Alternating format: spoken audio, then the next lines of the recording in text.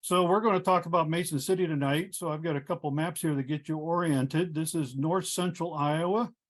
You can see Mason City here, and you get all kinds of rail lines coming in and out. Of course, my focus is Minneapolis and St. Louis, which ran up here on the east side of Highway 65 in through Mason City and on up north to Manly, which is up here at the top of the map. The Milwaukee Road came across along the south side of Mason City, east-west line. And then they also had the line coming down out of, what was that, Austin? Yeah, Yep. They came in here at an angle. Then you get Chicago Northwestern coming across, and then they angle out to the southwest. You have the Rock Island and the Great Western coming in from the north. And they all cross over here with the Northwestern on the west side of town, and then the Great Western goes off this way, and the Rock Island goes down this way. And then you have this thing that's called the trolley, the Mason City and Clear Lake in my time period, later the Iowa terminal that ran between Mason City and Clear Lake. And then they came up here and interchanged with the Milwaukee and Emmons St. L in this location. And they interchanged with the other railroads over in this area somewhere. So let's take a little bit more of a, here's more of a stylized map. This is from an Emmons St. L detour, but gives you a clear idea of Mason City proper, how the Emmons St. L came through, angled across and down, the interchange with the Milwaukee right here, and the interchanges the Milwaukee had with the Great Western, Rock Island, and Northwestern.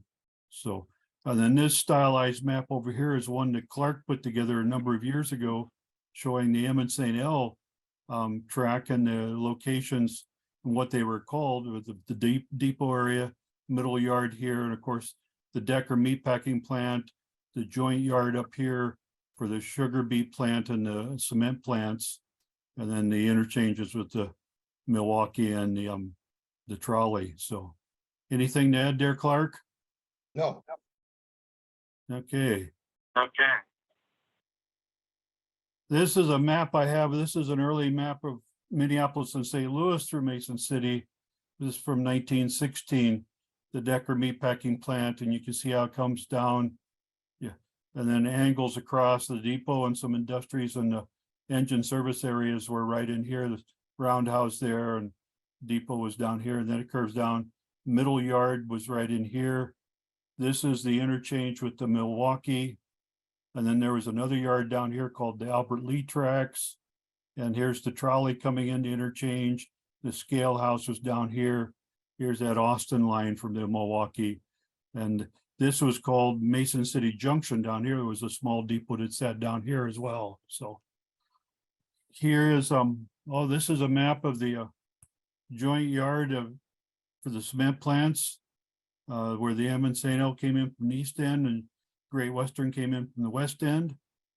And see, this was the silos there for storage of, what was that, cement, Clark?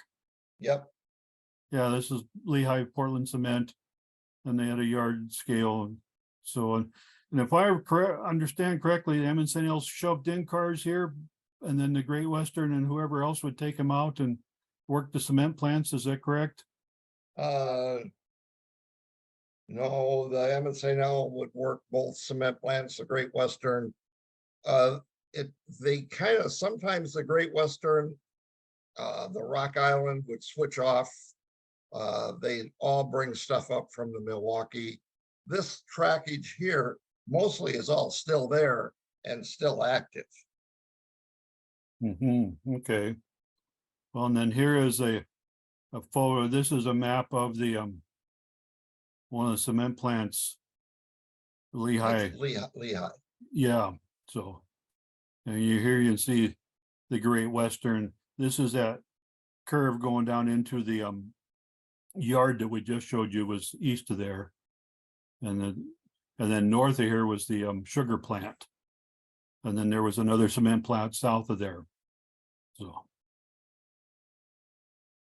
this is a portion of that Emmons St. L map showing the Decker meatpacking plant from 1916 or so, 1917. A lot of buildings got added, but the tracks pretty much remained the same. This was the main line down here. And then we'll keep moving along here. This is a Emmett St. L map showing the roundhouse area and some changes that were being proposed.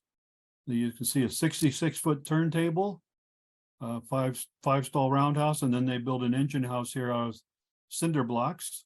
So this gets interesting down at the south end. This is the interchange with the Milwaukee. And then here you can see a more detailed close-up of the Emmett St. L and the trolley transfer, which was these tracks down here, and the direct interchange. And then in the triangle that was formed here, this is where the Union Refrigeration Transit Company had their repair facilities. Is that correct, Clark? General American. General American. Well, the Union American generally, they were all the same. So, there. So, and we saw some interesting trains in Mason City. So, ending up some orders.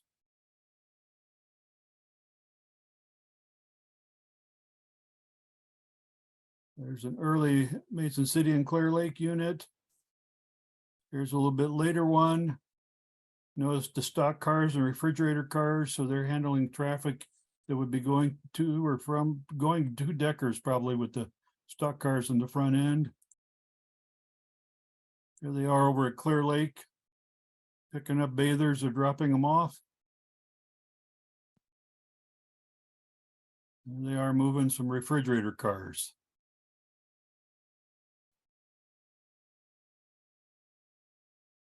This is traction motor 54. There's traction 54 again. I don't know if these are soft photos or not. Do you know, Clark?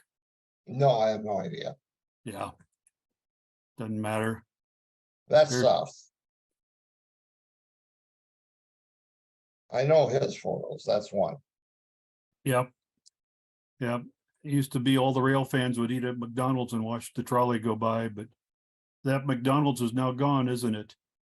It's a Mexican food restaurant, and the McDonald's has moved about a few blocks south, and they took that sign with them, and it's back behind the place, but the Speedy Quick guy with the 15 cents is gone.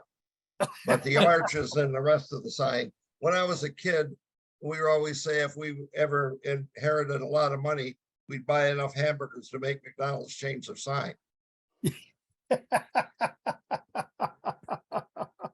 So, okay, now here's some stylized line drawing maps showing some of the different track areas. And this is showing, this is the area they called the Bear Trap. This is where those west side lines all came in together and then separated again. Northwestern going off that way, the Gray Western and Rock Island going off down through here, the trolley lines crossing. And this lower one is showing the cement plants and the sugar beet tracks. And this is the Northwestern's yard over on the west side of Mason City.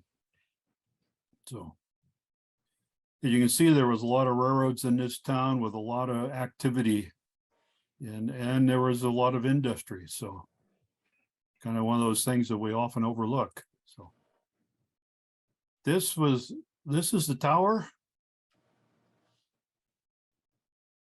Do you know where this? There were a couple of towers, 3 towers in town. I have no idea, or maybe 4. I don't know which one that one is. It doesn't look familiar. Okay, yeah, I don't remember. It said it was It could be what you're looking at is the Northwestern here in front and the Great Western on the back, and then 12th Street where they crossed would be to the north or to the right. Or Okay. it could be the other way around and they would cross on the left. Yeah, But well, that would be my guess. I think I have a picture somewhere with that tower in it. I'll have to, I don't know if it'll come up in what I'm going to show, but sure. that's my guess. guess. Yeah, and this is some Mason City interlocking with the Milwaukee and then Northwestern, and then the Mason City and Fort Dodge, which was later the Great Western. There's details on that, but here's the interlocking diagram for that tower. If it's yeah, so. And then here's a couple interior shots. That's called Clear Lake Junction. This is Those are Clear Lake soft. Junction. Yep. Yeah, those are slash slides. The Dave Johnson, who was owner of the trolley, who sold it to Progressive Rail, his dad used to work in there. Ah, okay. So I just, noticing the different colors on all the levers here, so. Of course, with all those different roads, you had different depots. That's the Northwestern's depot. This is also another later shot of the Northwestern depot. And that probably is the Northwestern depot again, isn't it? Yeah. That was a division point. That's why they had this two-story building. Ah, okay. Yeah. The only part that remains is that little bit on the end there. Yeah. Where the stack is, that freight house. I'm getting mixed up here. Okay. This is the Milwaukee's depot. Yep. And it's still standing, is that correct? Possibly. I haven't been down there in a while. They maybe have torn it down by now. Doesn't take them long to tear stuff down. Yeah, I know there's been talk about tearing it down, so it's, yeah. There's that Northwestern one again. I don't know why I got so many pictures of it. This is the Great Westerns, is that correct? Yep. Yep. And then this is Clear Lake Junction. Yep. Yep. Here's the M and St. L depot. Backside of M and St. L depot. You'll notice there's a trolley loop there. Yes, that's right, behind there. Mm-hmm. Yeah. And then here's the new depot they built in 56 to replace that wood depot. And this was torn down, what, a year or two ago? Yeah, probably longer ago than you think. Yeah, probably so. Yep.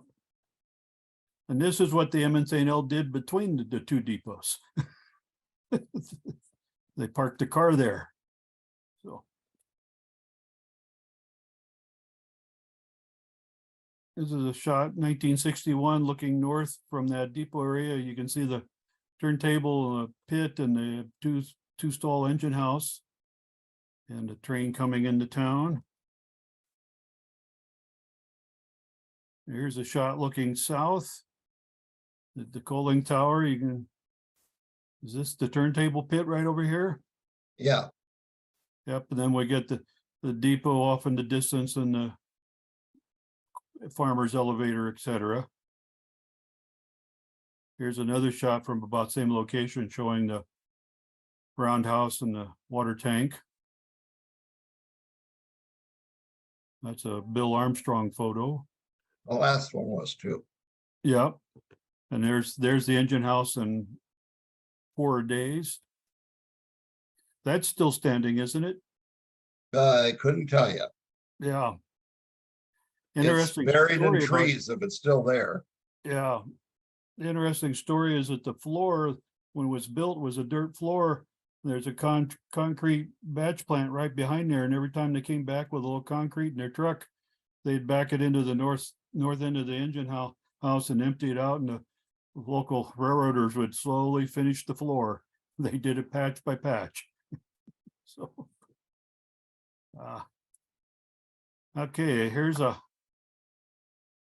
we see, looking at the yard there near the depot. This is just north of the depot, if I recall.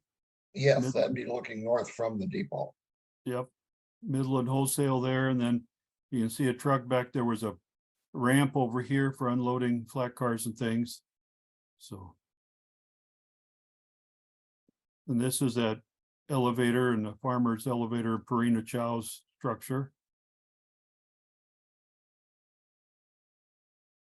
This was Red Star Oil.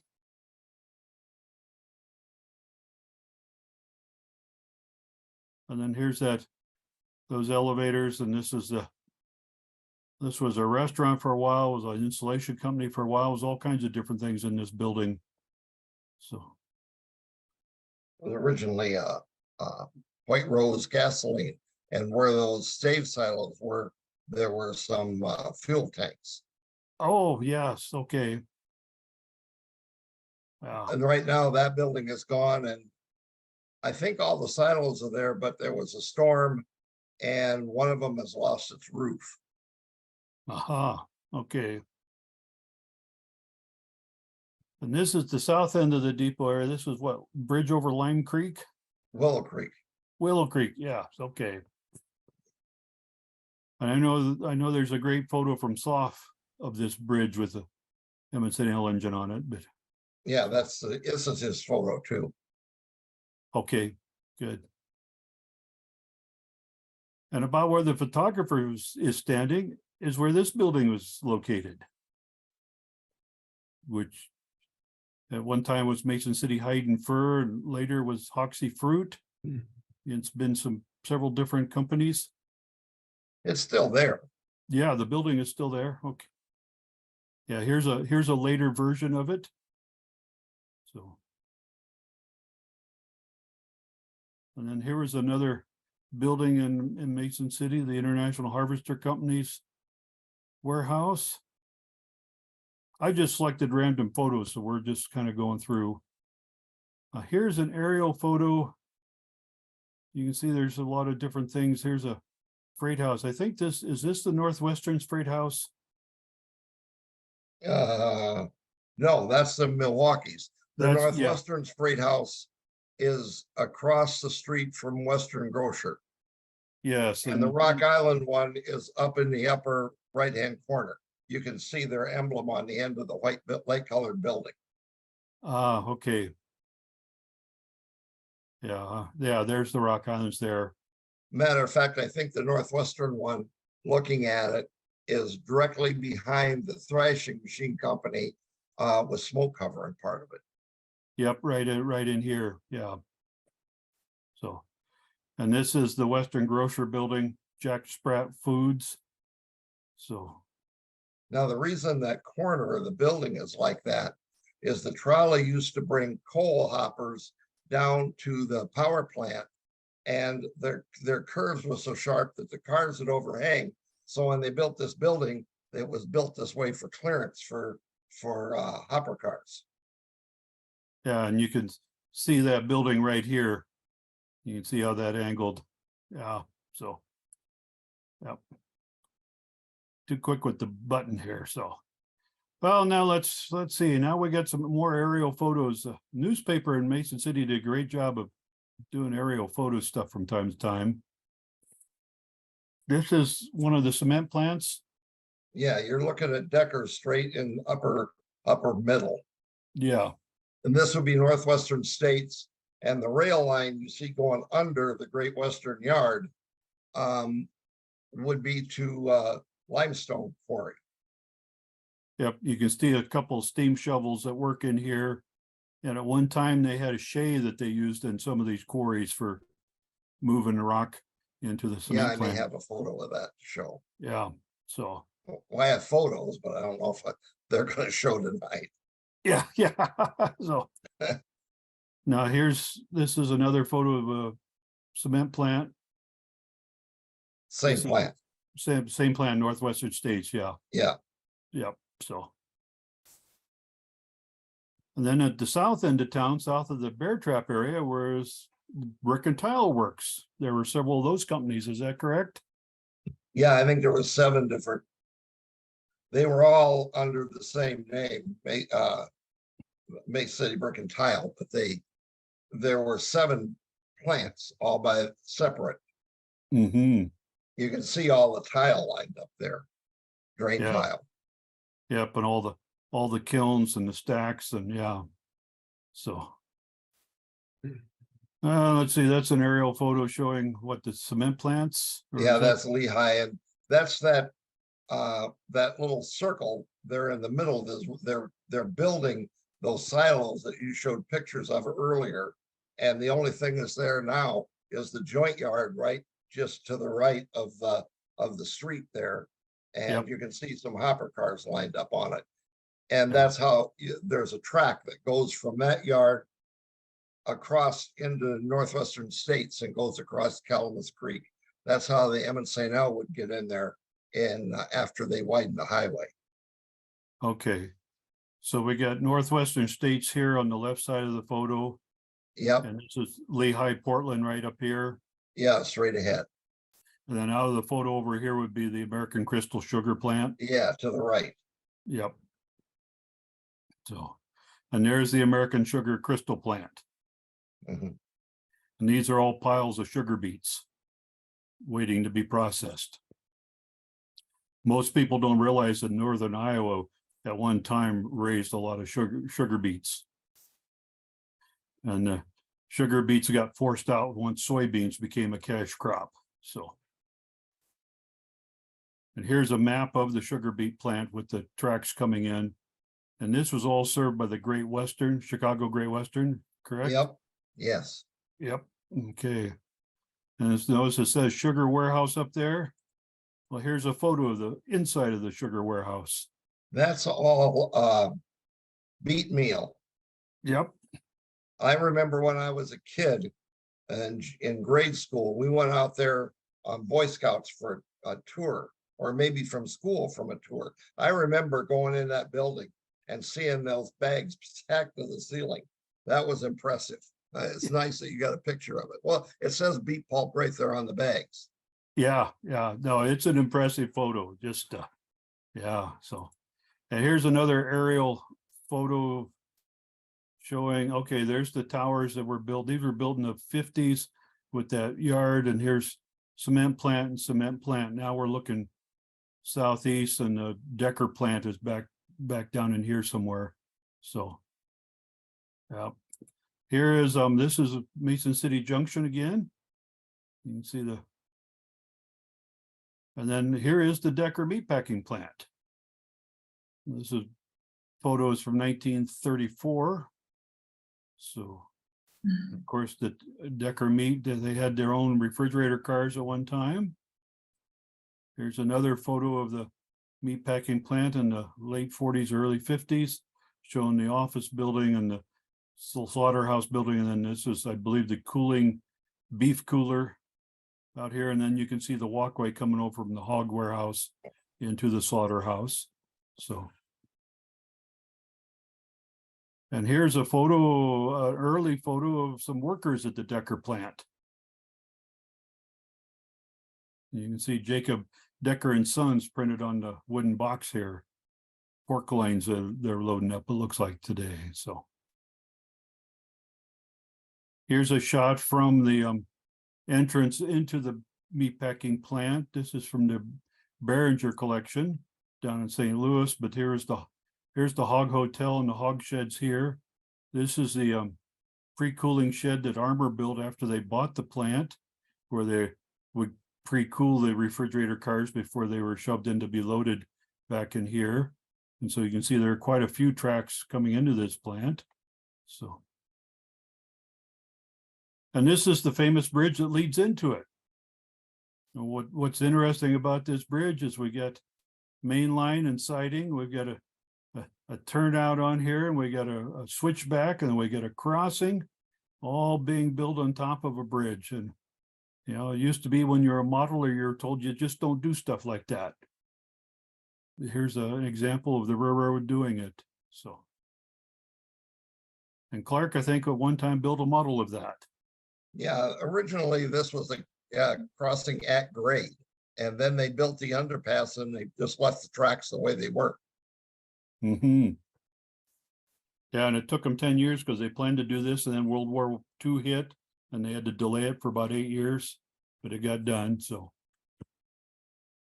now another industry in Mason City was state brand creameries. This had the largest butter churn in the state of Iowa, and you can see it was worked by the trolley, and they had their own refrigerator cars.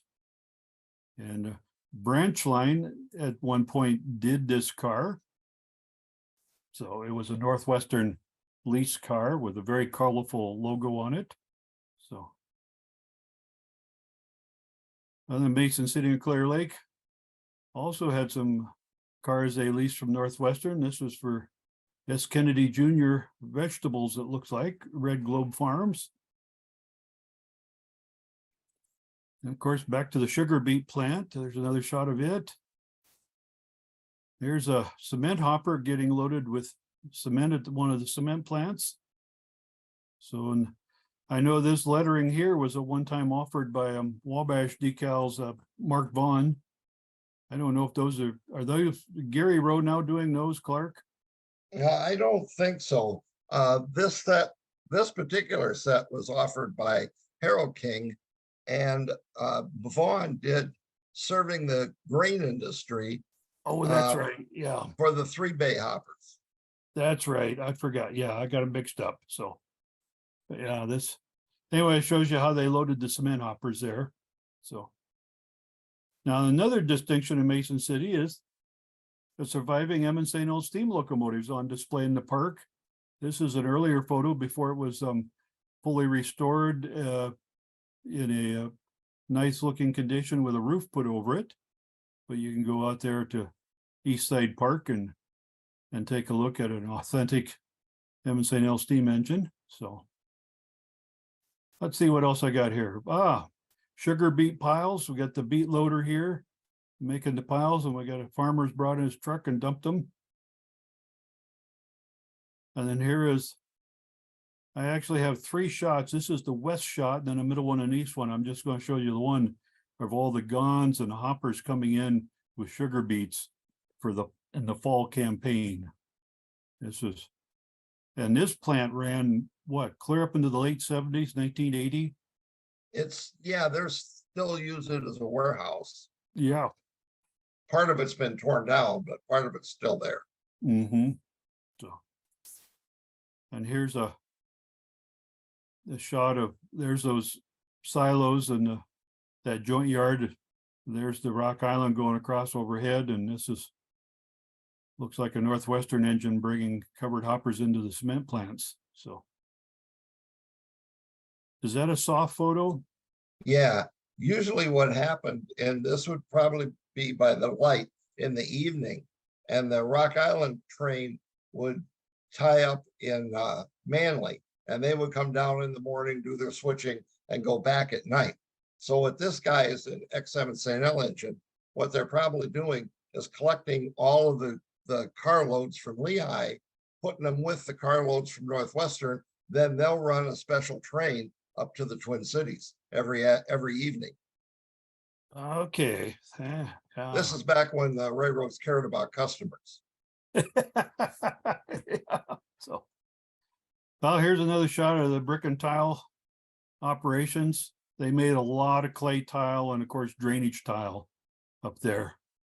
And a lot of structures in northern Iowa were built with clay tile. So, and here's another shot of the brick and tile works of some sort. This is a photo of Northwestern States Portland cement silos. And this is an aerial view of, this is the Mason City Milwaukee yard. Milwaukee stock pens were down in here, but this shows the interchange with the trolley and the Emmons St. L coming through. And then this right in here was where General American had their repair spot for repairing refrigerator cars and tank cars before they went up to the Decker plant. And these are all, this was all south end of town. So, and this is at the very south end of town. This is the Swift Fertilizer building. Is that correct, Clark? Yeah. Yeah. Yeah. But I just added this to my layout with the new expansion. So we got more tracks to switch. Imagine that. Yeah. What's interesting here is I asked a friend of mine what they would get in, and he would say, well, they would get in potash from New Mexico, and that boxcar sitting there, you can't tell in this photo, but it's a Santa Fe boxcar. Oh, okay. And they would also get in potash from Canada and sulfate from Florida. Hmm. They More also one. had liquid ammonia. They called it just ammonia, not anhydrous in those days, but they had tanks for that too. Okay, now I know what to switch in there. Thank you. Yeah, So, and then I just got 2 slides left. This is one of a drawing of Clark's earlier layout of Mason City. So just wasn't a giant layout, but it really captured the flavor and feel of what was in Mason City. So. And then here's a photo of my model of Mason City with the Decker meat plant at the far end. And I just have 1 yard instead of several. And then of course, those unique silos with the tops. And that's what I've got, Greg. So now Clark is going to share. Very nice. Thank you, Doug. okay, back. This is what, this is before Doug showed this in a more modern when it was had been a restaurant. You can see where it says White Rose gasoline on it.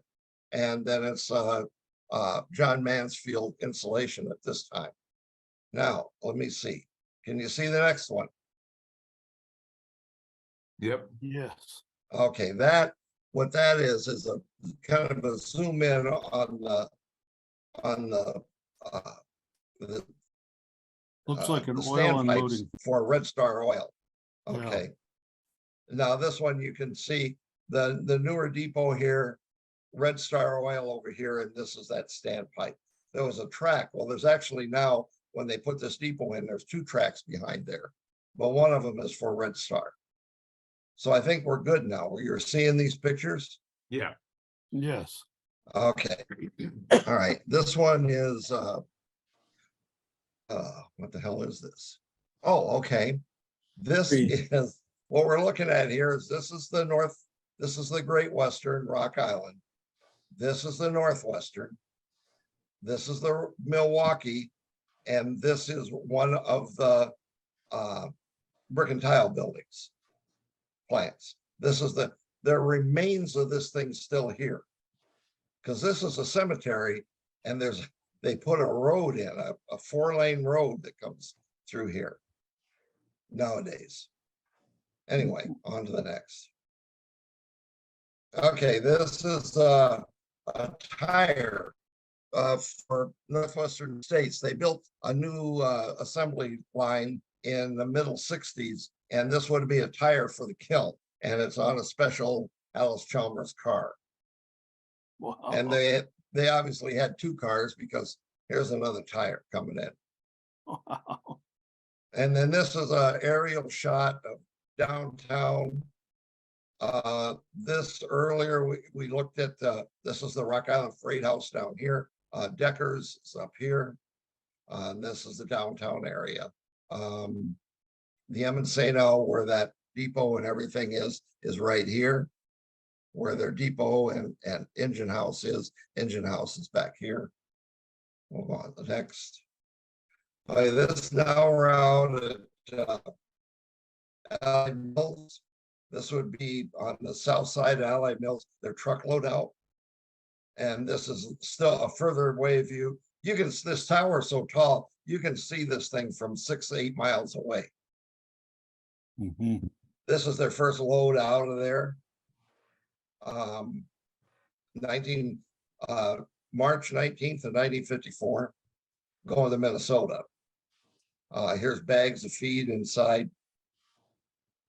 Notice the pallets that they're on. And here's a little forklift at that time, moving the stuff around. Another picture of the south side where they've got trucks backed up for loading bags into. This other place over here would be for loading bulk. These guys, these are where they would load the bags. This is the rail side just after it's built. It hasn't been painted yet. Closer view of that. There's the Milwaukee pushing cars back in there. This would be their unloading area right here. So they've set these cars in here. These cars, they're probably pulling. Some of them may be pulled, some of them may be gonna go back over here. Closer up shot. This shows their bagging operation. You can see over here, the bags are being filled with feed. Then here they'll sew them shut.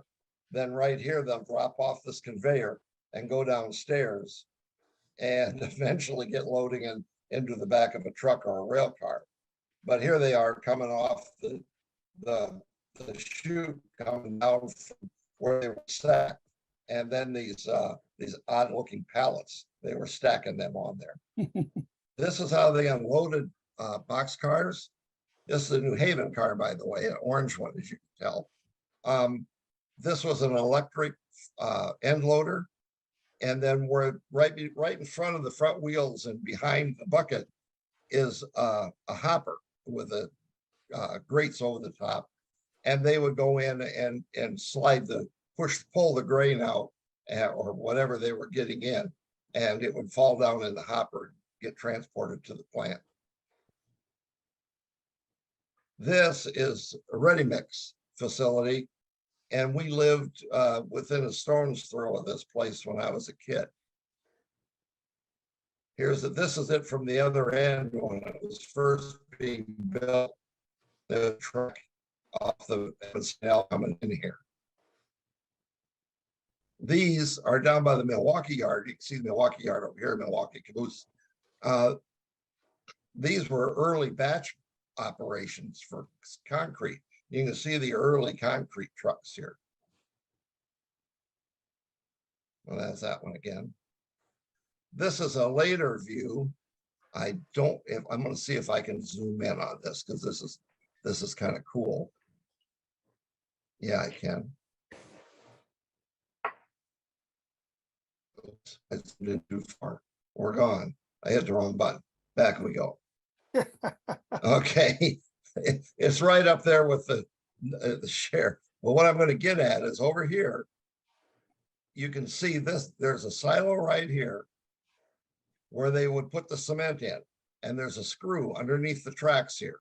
I've got pictures of it. I don't know if they'll show up on here, but you can see they've got a truck, a flatbed truck, and they've got bags of cement, and they're breaking them and dumping them onto this hopper for the screw to put in the tank. Kind of interesting. Now, I don't know if I can get out of here. There, this one shows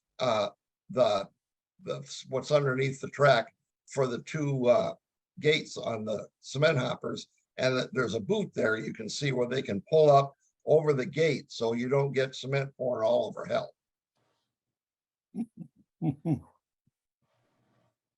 This is the original ice house for the trolley down in southeast Mason City. You can see some armor cars there that are going to get iced. This building is long gone.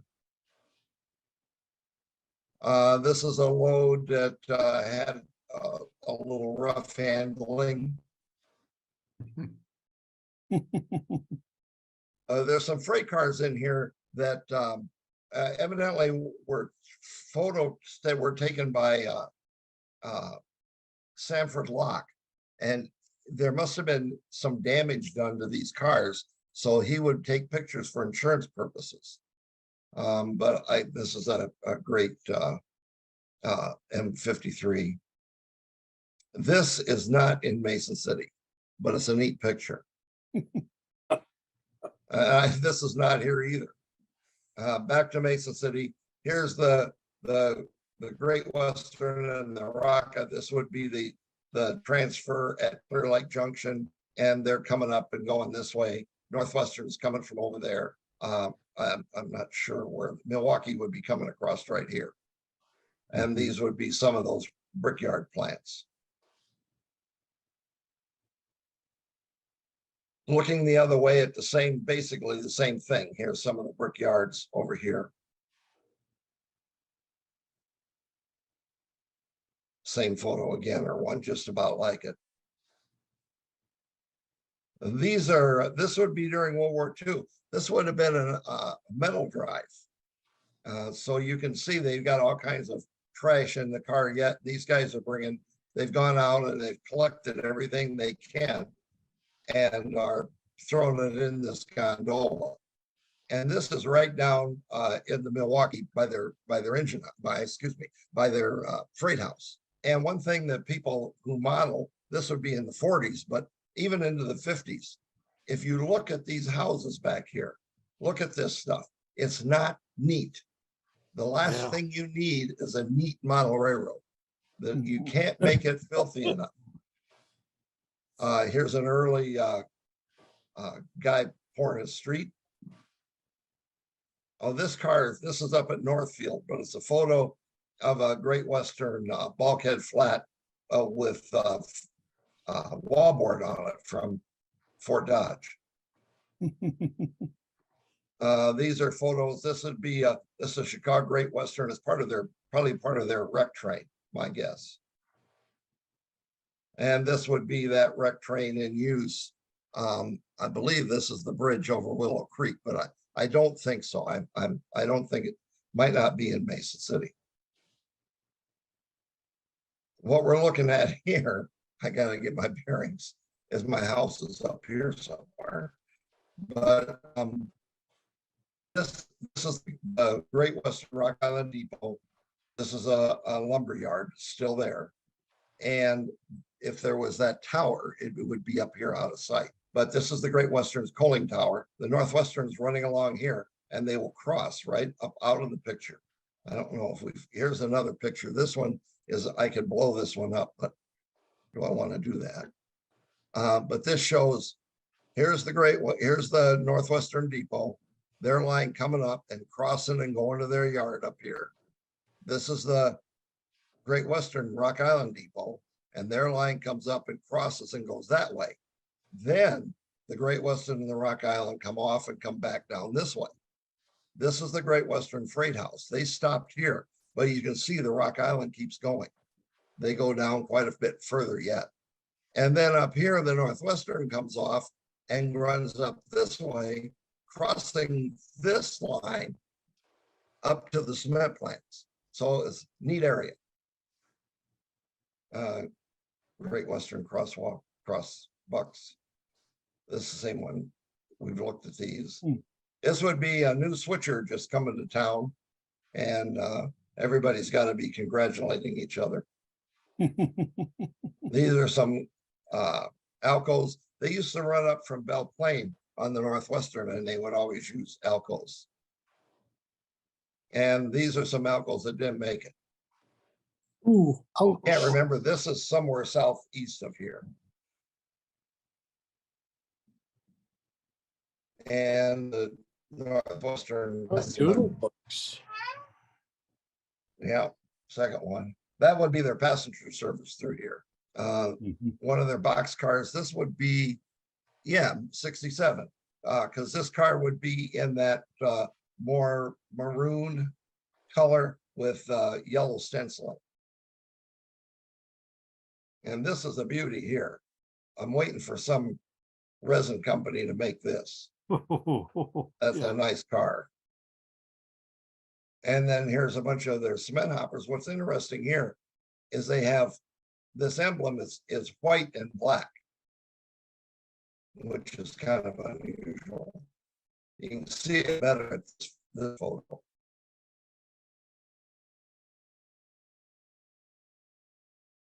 One of their USRA gondolas. This is that same wreck. It was at Airedale. The depot didn't like it. I hope that it was at night, so I'm hoping the agent wasn't in his bay window. And this one shows where they had something piled up in here. It left its mark on the interior of the car. This is down like at Gilmore City or someplace on the Emmett St. L, where they loaded a lot of aggregate out of here. In the Emmett St. L days, I've got information from conductor's logs where any open car they got up in Minnesota, they sent down here. This is at Alexander, Iowa, on the Belmont, on the Hampton branch. Yep. And this is, I believe, Hampton, Iowa. And this is Hampton also. In later days. Yes, yep. I believe this is Hampton also. There must be a bunch of these. Now we're back to Mason City. Okay, earlier, let me get my bearings. Okay, here's the Milwaukee Freight House. So that photo we saw of that World War II drive, that car would have been spotted somewhere over here, probably back off the photo to the lower left. And we can see the Northwestern's Freight House here, the Rock Island's Freight House here. This is the Rock Island line that I showed you earlier. Comes all the way down and goes all the way back up here. The Northwestern line comes off over here and comes down this way, off their main line here. This is a better picture. Yeah, you can see where these houses are back here. So this is where that car would have been, that gondola would have been setting. It's back over here somewhere. Yep. And there's the Western Grocer building and the switchback that comes into it and the Milwaukee Freight House and yeah. Just Clark. Yeah. One. No, Back one, go, this one? Go backwards. Well, I can see it. One there. more. You see the gas, is that the gas plant right there? And Yes, this would have been the old natural gas plant they made. This is where they would keep the coal. And they had a little bitty engine. I don't know if I know Soft took a picture of it that would run back and forth right over here. They had their own captive hopper cars and they'd fill them up with coal here and then run them back and forth across the street. This would go away in more modern. This is from 52. I'm surprised that's still there because I don't remember seeing it. I just remember this cooling tower out here in Willow Creek.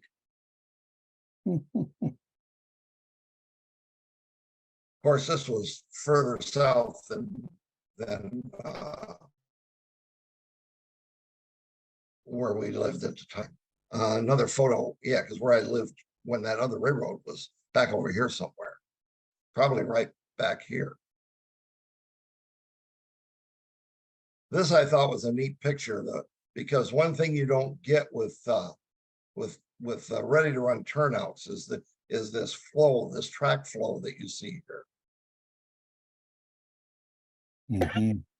This is a wreck on the Emmett St. L, I think. No, this is it's on Crystal Lake on the Emmett St. L in this. I lost the date.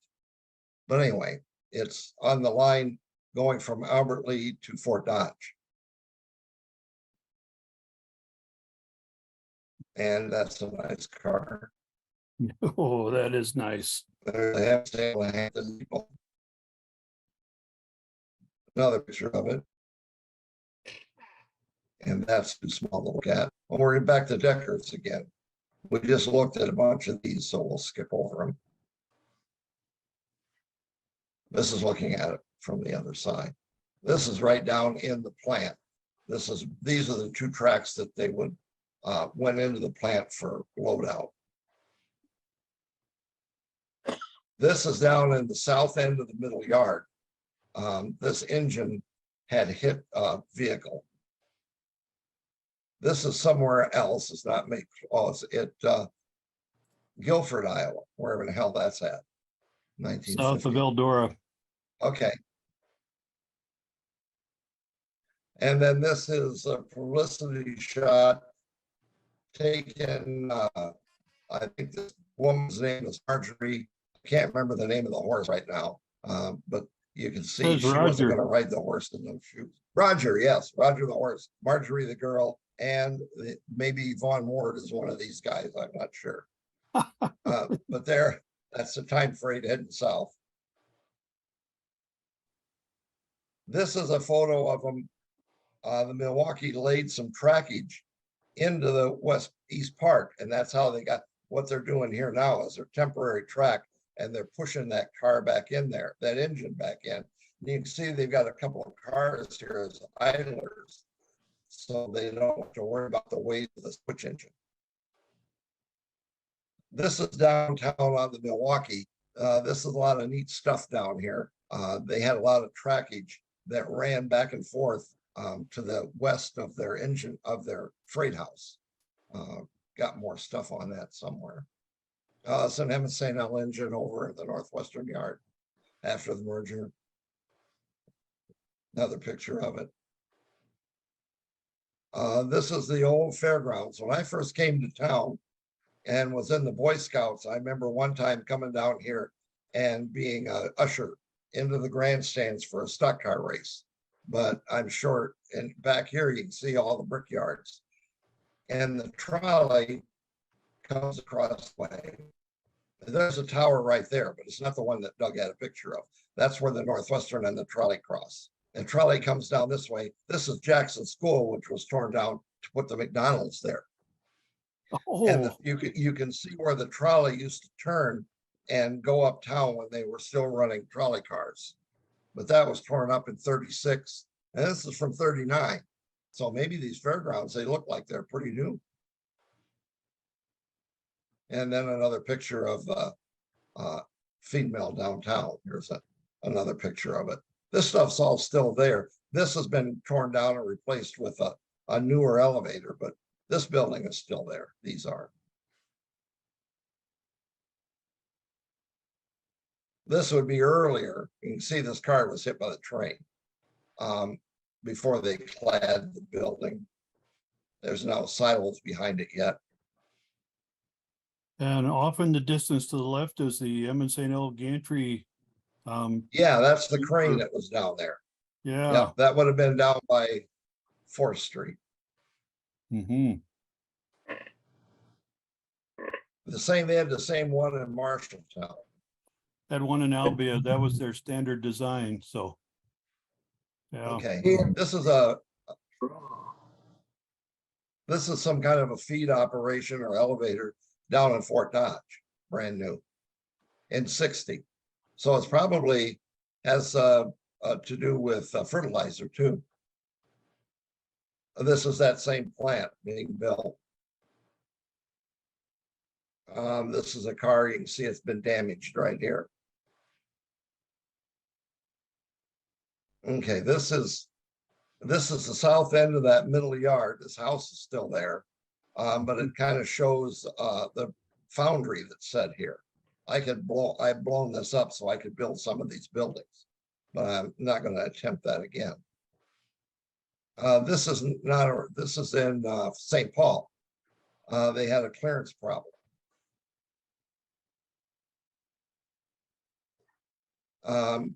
More cars in Mesa. This is 68. So you're getting some newer cars. This would be maybe for fertilizer for out at Swift. I'm not sure. Could be LP. These cars became quite common. This is up at Northwood. This is the St. Gas Electric. And it looks like they got a boxcar on behind the coach. So they must be hauling extra baggage. or is that one of those converted troop sleepers? Nope, that's a boxcar. Yeah, it could be. No, it looks like This is outside. at Eldora. Ah, Yeah, I think it was. General Mills. This is out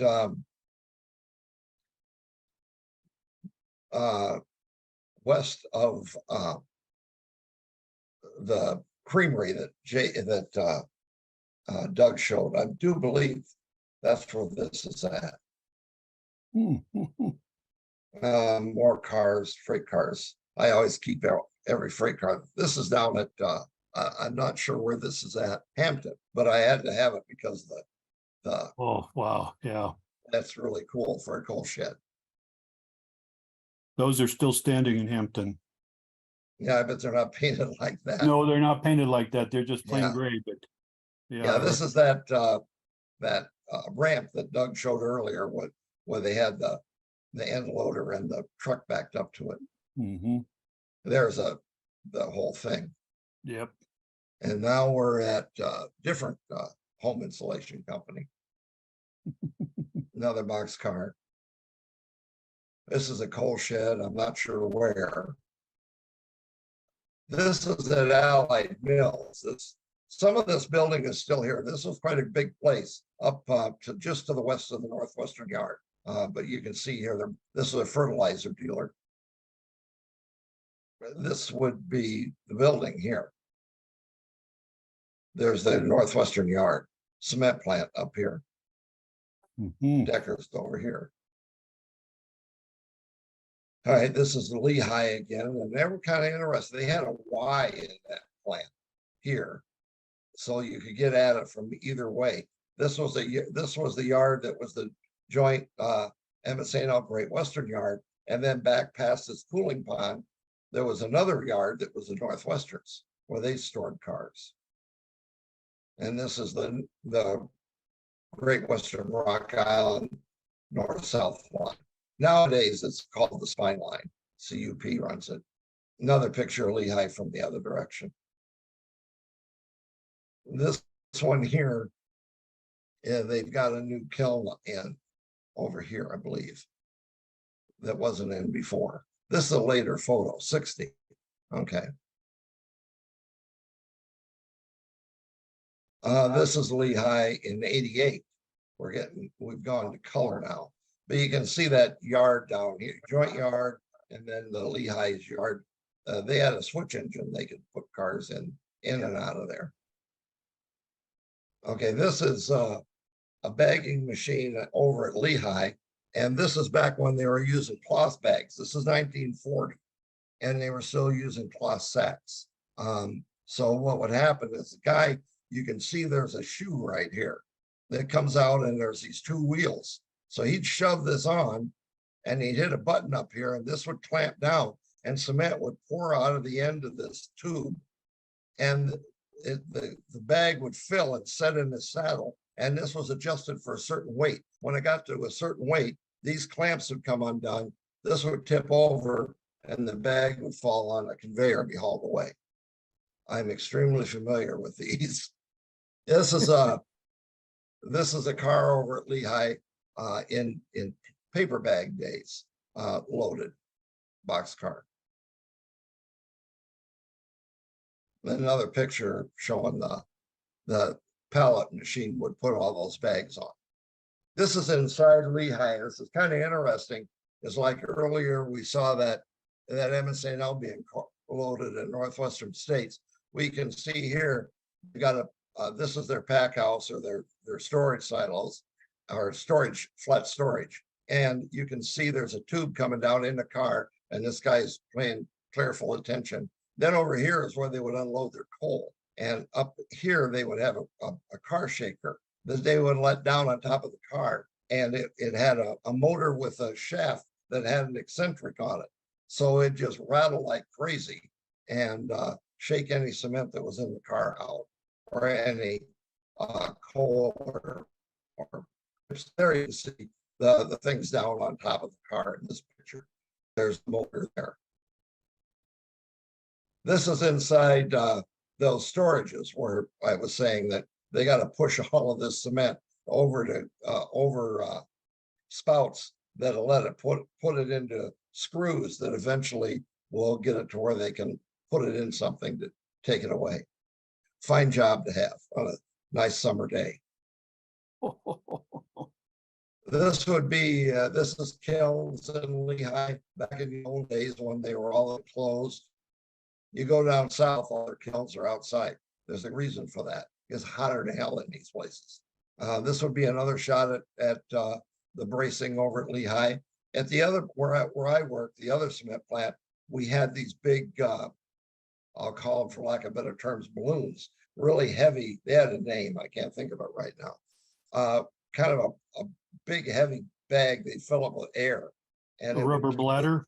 Yeah, bladder, that would be it. Yep. This shows them, they slip those cells now and they're working up on the top of them. This would be a new mill, a raw mill, I would say. This is where they would grind up limestone and sand and clay to make it into powder so they could blow it into the kilns.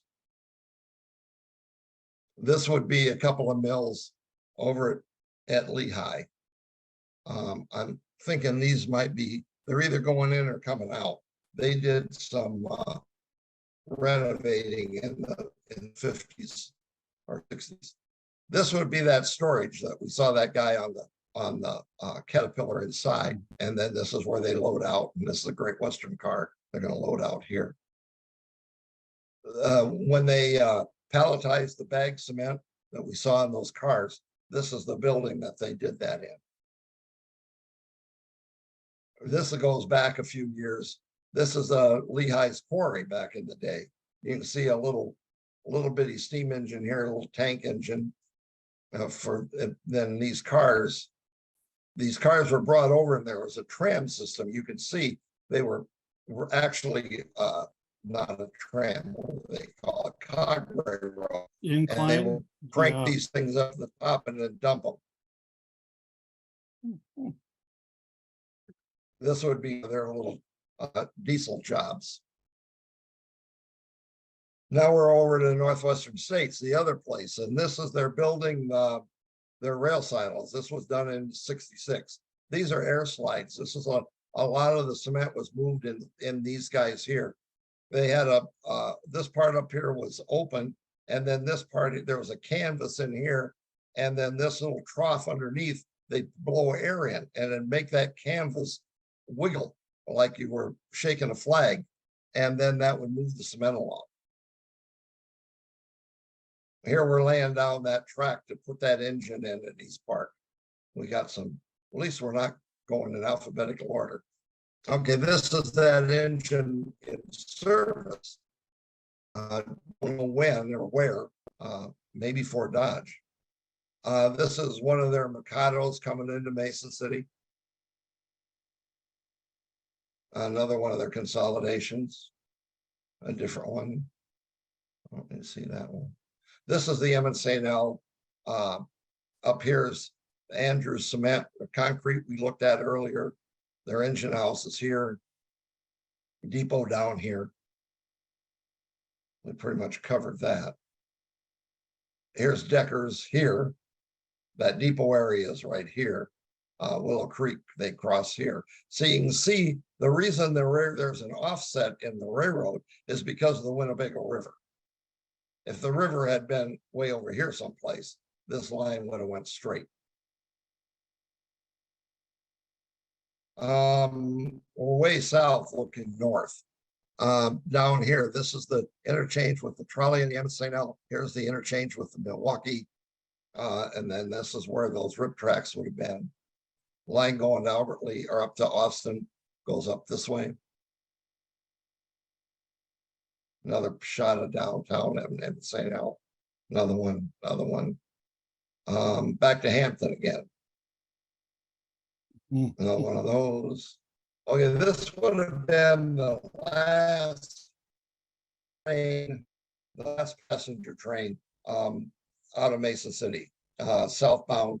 This is one of those troop cars here, or one of those, might not have been, might have been one of their aluminum box cars. I think that's what it is for baggage. But you can see they're no longer taking a coach. They have a baggage passenger compartment in the gas electric.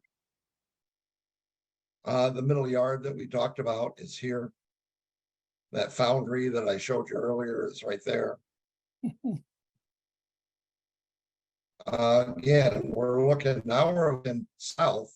This is, you can see the trolley overhead wires. There are two of their tracks that they have access to. The third track here for the Emmett St. L to store cars on. This was originally built as oh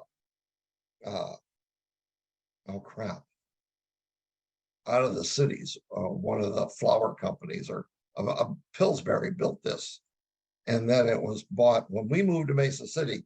It had just been bought out by a builder supply company. This is a Northwestern States when they're actually putting in that kiln we looked at pieces of before. They've got it put together, and that's right here.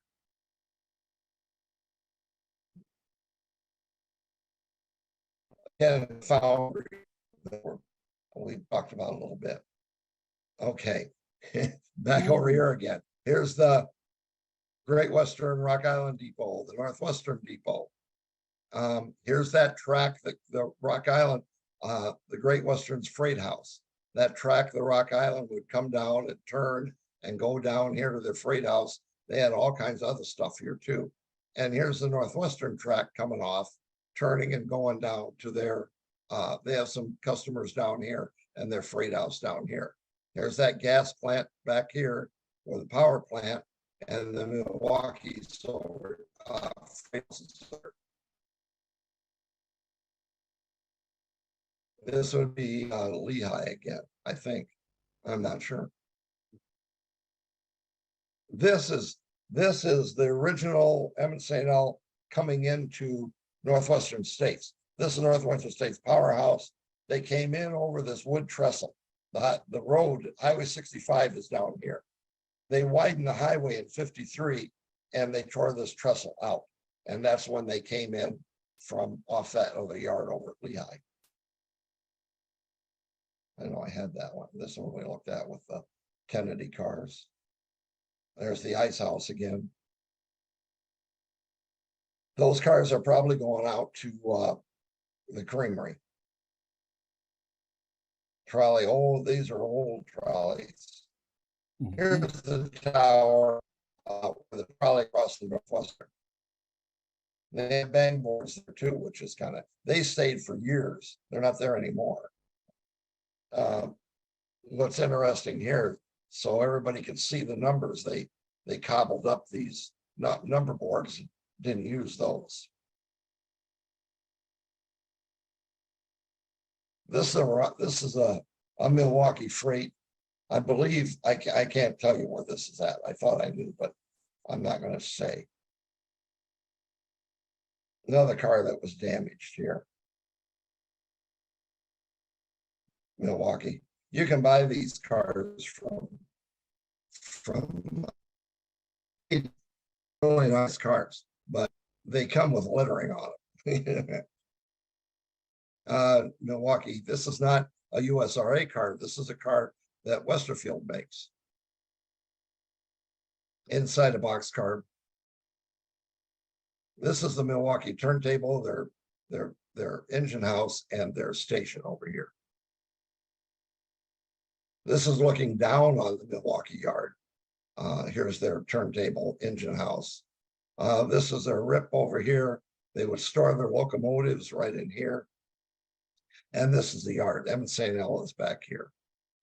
This is the track that goes downtown to their freight house. This is looking at their yard looking west from Carolina. This is the track that would come back to the Emmett St. L and the trolley. And there was Stockburgers had stock pens over here. There was a track right here to them, you can see. Another picture of their yard. And another picture. This is a good picture if you, because it shows Stockburgers there. Where earlier I showed you those pictures of those early cement hoppers and those batch mixes. They were right in here. This is the scrap dealer here. And it's kind of interesting because it looks like one of those batch mixers might still be sitting there being used for something else.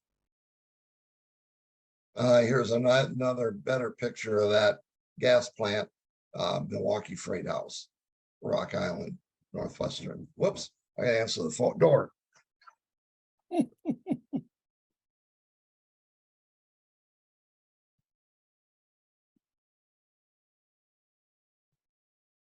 Looks like another view of the gas plant and the Milwaukee Freight House. You can see the angle on the Western Grocery Building over to the left side there. So you're looking north in this photo. So.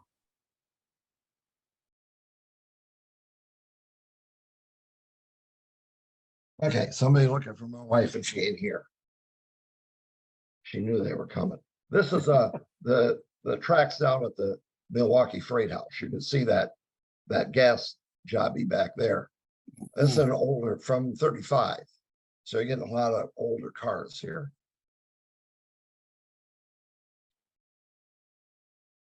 Another picture. I fiddled with some of these is why there's more than one picture. We're seeing. Yeah, this is a way up shot showing where everything's located at. Now, what's interesting about this picture is way down here is there's a barn right here. And we live just on the other side of this barn.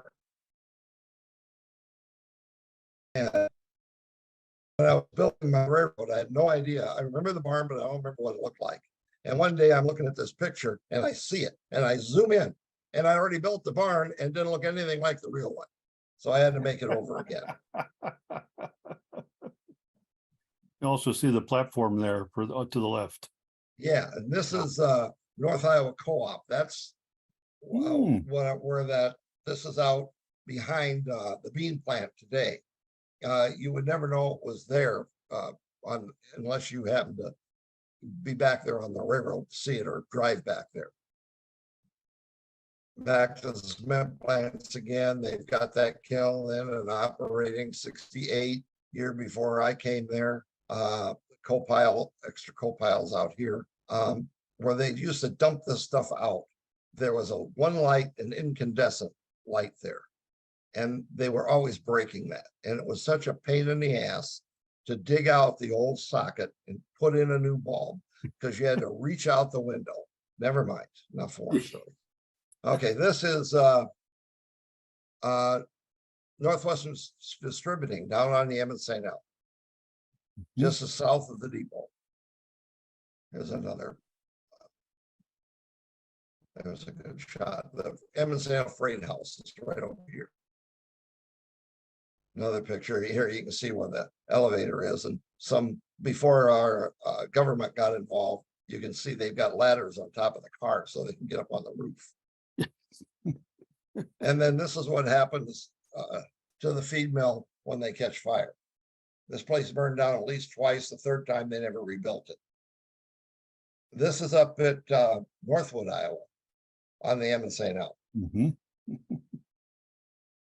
And this is looking south towards Mason City's down there about 20 miles.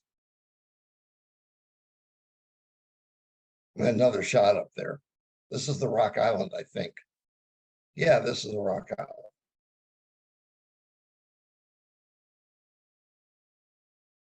Lee Hagen. There's that trestle coming across. Here's the highway. This is what's interesting is they're tearing this plant down now. And this is when they're building this bag house or dust collector. And now it's gone, I think. I believe they've torn all this stuff down. The kiln is down. This would be the first truckload of cement out of the cement plant legally. And this would have been at the end of 1960. That's when the first, up until this time period, December 29th, 1960, all cement was hauled in rail cars out of in Iowa. And now this is 66. They built these silos to put the load rail cars in. And as you can see, they're shoving in a Northwestern car to load for the first time. Here's another string. This is one of their 44 tonners. These things were silver and red with the yellow stripes on the ends. And you can see they've got quite a string of cars there. Might be publicity shot, not sure. This goes back a million years. It says 1908. That's when the cement plant was first built. And this is the Great Western backing into the cement plant. They've got a bunch of suckers here trying to invest in the plant. And this is again, now you can see that overpass has been torn out, or that trestle's been torn down. Another one. Oh, here's that picture that Doug showed. There's another car sitting there to be loaded in this pack house. Mhm. Mill building is where all the mills were. Truckload out here, they had built rail, what, 65. They haven't even started on the rail one, it looks like. This would be early bags. You can see there's no palletizer machine. So they're trucking all the bags onto this truck and laying them out. They have a tarp up here. I'm sure they're going to cover the bags with. This is where they would dry the clay. The clay, this is like a kiln, and there's a burner in here, and this clay comes in like this out of clay fields, and it's blue clay, and you can see it's big chunks, and it's going to have moisture in it, and they crush it up and they screen it, and then they run it through that dryer. And then here you can see where the railroad came down across. This is 12th Street. I live over here. The grade is still here for this track, and they came around, and you can see the wall here that they're digging that clay out from. There's one of their. This is a Whitcomb that was a military export engine during World War II. Lehigh had one just like it, and here within the last couple of years to 3 years, the one at Lehigh was sent over to Belgium to a museum. This one is long gone. There, it's in use here, and he's got Jenny's back here. I don't know if they're probably clay at this time period. This would be the control panel for that one of the kilns. The newer, probably this is in 66. This is the control panel for the other kiln that was built. This picture was taken in 53. By the time when I left, retired, all that was gone, and all there was a desk here with computer screens on it. Here they're loading rock, limestone into these little jennies, and here you can see the shade. Mhm. Here they're getting ready to load that car. They're still not complete, but this is where they would bring that rock in big chunks. And this thing down here is kind of like a mortar and pestle. There's just a little crack down here. This thing's rotating kind of in a figure 8. And then these walls come down to a point at the bottom, and there's a little crack down there. And I've said here more, they've dropped rocks in there as big as a Volkswagen, and this thing keeps chugging away, and eventually they break. You'll see them crack, and then they'll break and just fall through the hole. And it's really interesting. This is another shot of that with actually the cars up here at that time. In my day, this was all truck. Another older shot. This is one of the inside of one of the kilns. This is about 3/4 or maybe further back in the kiln. They're blowing coal in this thing to get it up to 2200 degrees. And they don't want that heat to just go out the other end. So they hang these chains in there. These chains are about 10, 12 foot long. And that's a curtain, and it's supposed to hold the heat in from going back any further. I can tell you we've used some of these chains to calibrate scales with, and they ain't light. I felt sorry for the guys that had to carry these things in and hang them. Of course, they didn't hang them. They put them on down here at Rolls Kiln. But still, heavy duty. We've seen that one. That's more cement plants.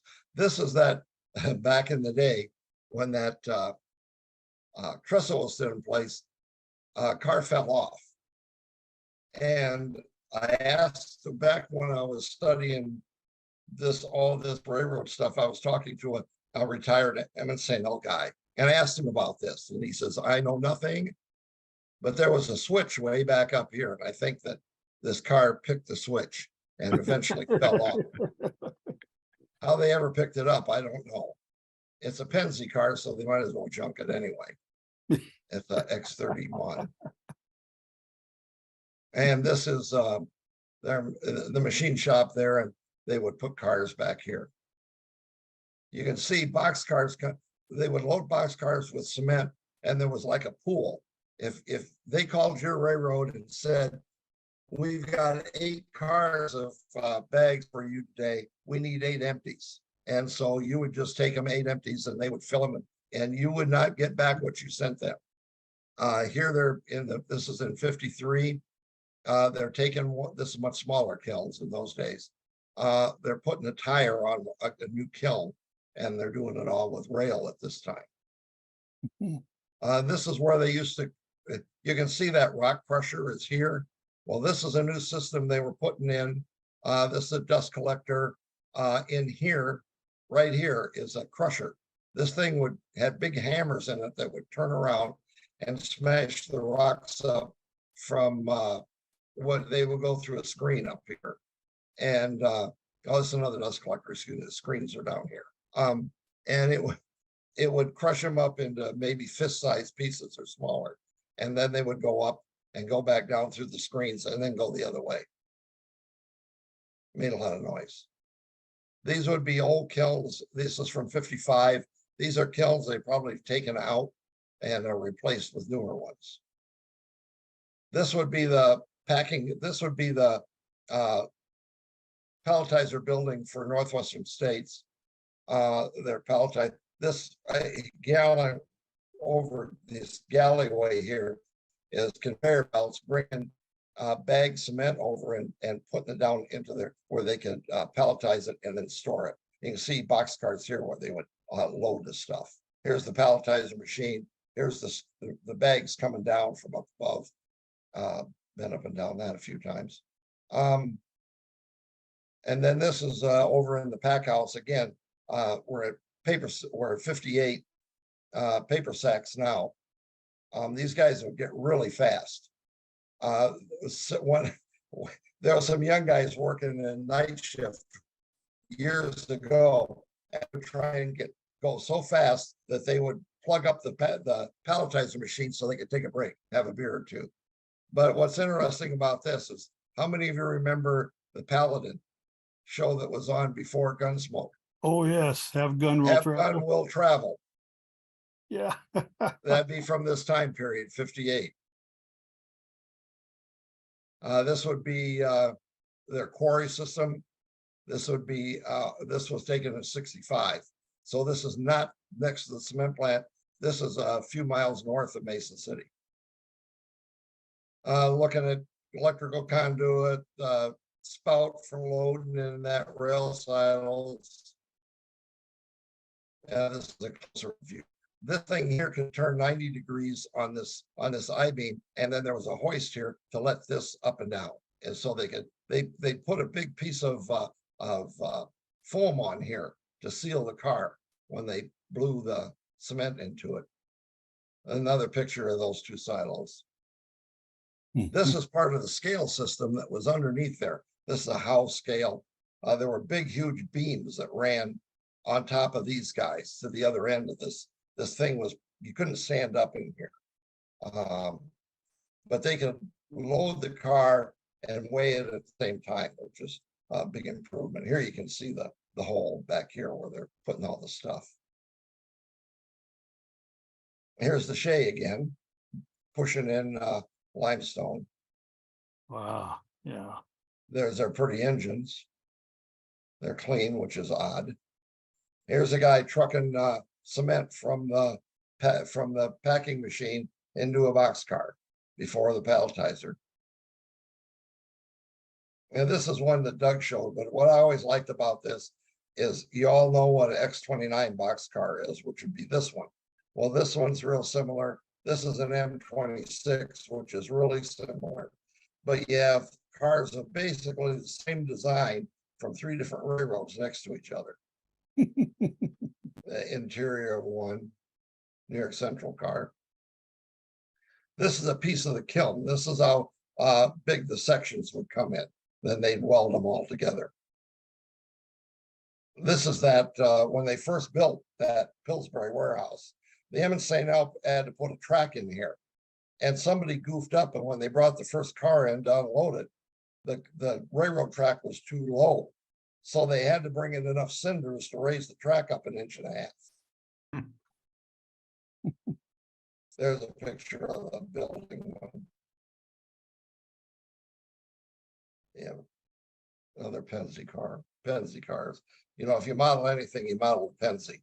I'm not sure where this is at, but again, you got some brave souls painting, you know, hand painting on the elevator, which I thought was nice. The MSA middle yard again in 64. This was a customer in that middle yard. Now we got the Rock Island and Vinton. I don't know how that got in there.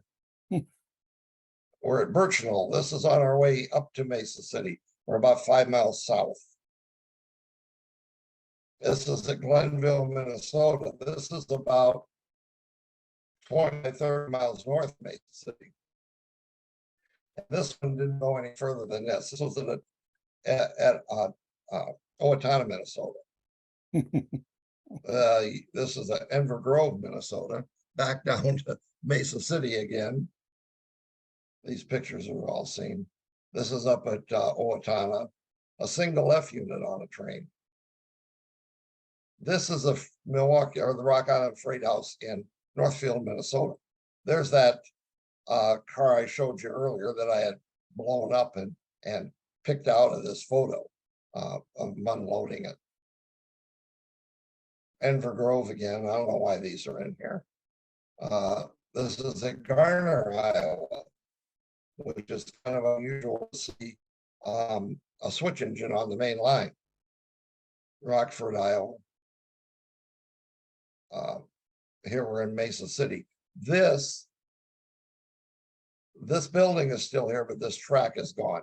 This was a produce, Zania's Produce, and now it's it's a bakery and sandwich place. They just sold it to somebody else. I can't think of the name of it. Down at the depot, piece of kiln shell again. These coming in halves. There's another picture of it. This is over to Milwaukee yard because they would have come from Milwaukee, of course. Back to the depot, one of those early TAs was that, I think. I think that's right. Here's another one. This is inside the Emmonsano engine house. Why this picture was taken, I don't know. I thought this one was nice. This is I don't know where this is at. I think it's up in Canada, probably. It is Everett Baker up in Saskatchewan. Okay.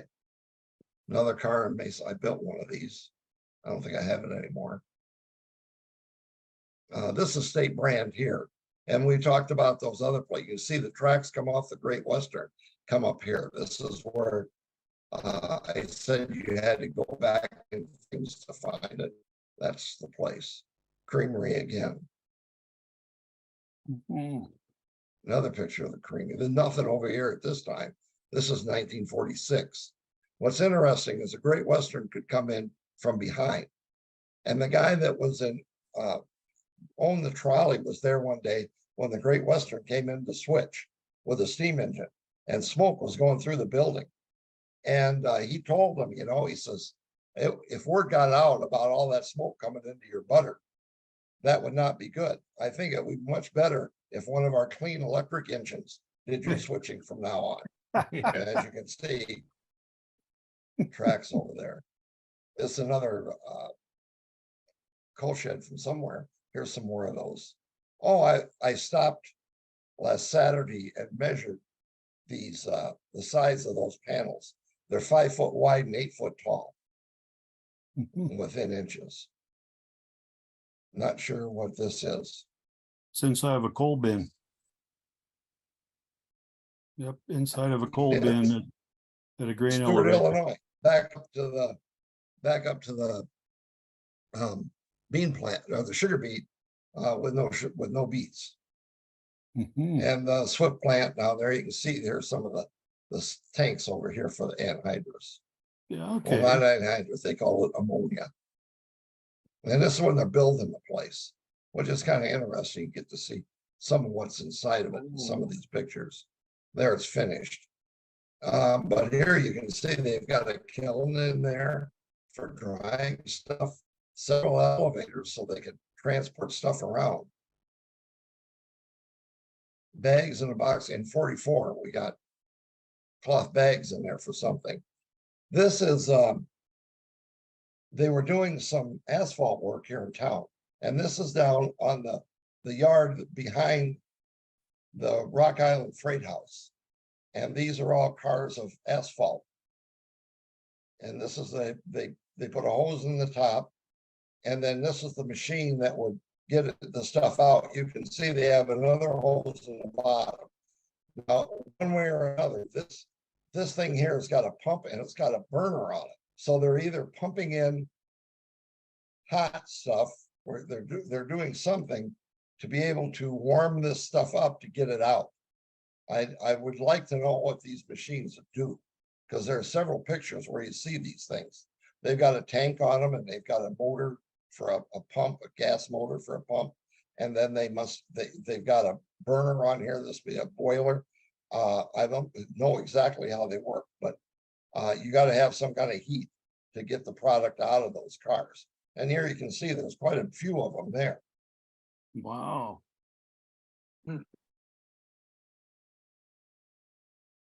And this is a wreck on Emmett St. L. I think up by Manly.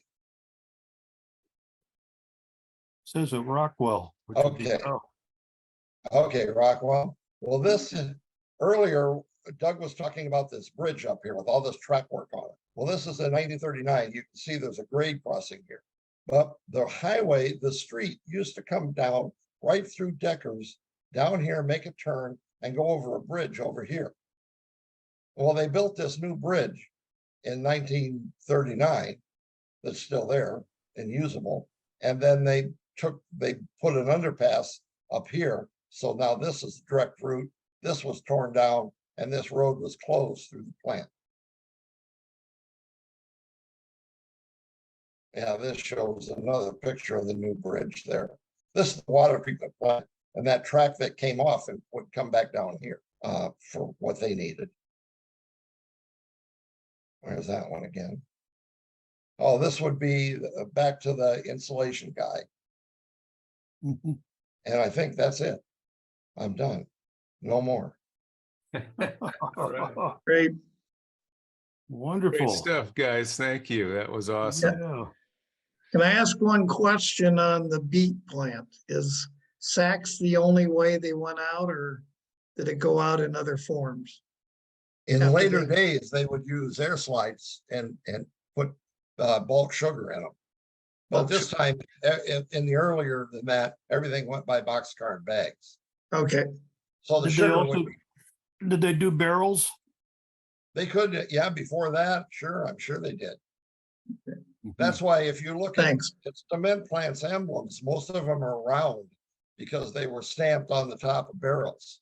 When I first started working at the cement plant, the stuff was sold by barrels.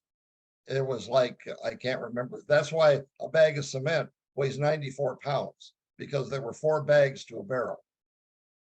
So Mhm. you can figure out how much a barrel weighed. 388, I think.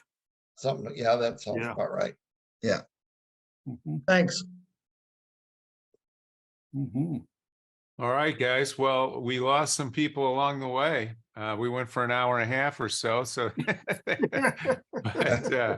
Well, you they- should have shut us off. oh no, I was No, it enjoying was it. good. It was good. We're not meeting tonight afterwards, so we had that ability to do that. So that's great. Thanks, gentlemen.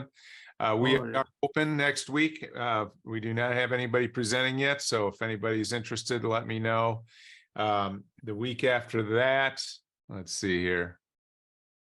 The week after that, we're off for Memorial Day weekend. And then we'll have Dave Fondness on September 7th and Lester on the 14th. I've got 2 presentations on my old layout on Mason City. where All I right, why don't we changed do it. that? If you want to do one of those next week, we can do that. Yeah, let's do that. We'll stick with the Mason City theme. Yeah, and then we'll be all done with that. Okay. Well, actually, I can do 2. I can do a whole bunch because I've got probably 10 or 12 PowerPoints on my old layout. But we won't bore everybody to death. So We'll that's good. we'll just do an hour's worth next week. Yeah, yeah. You'll have to do it without me because I'll be on my way to Colorado next Thursday. All So, right. yeah. Enjoy yourself. I will. Oh, is that the national convention? National Narrow Gauge, Oh, okay. Denver, Right. yeah. Very good. Well, enjoy that. Gentlemen, thanks for joining us, and Oh. we'll look forward to next week with Clark again. Yeah, great stuff, Thanks a Clark. lot. Thanks, Yeah, wonderful job. Thanks, guys. Mhm. All right. Bye-bye. Bye.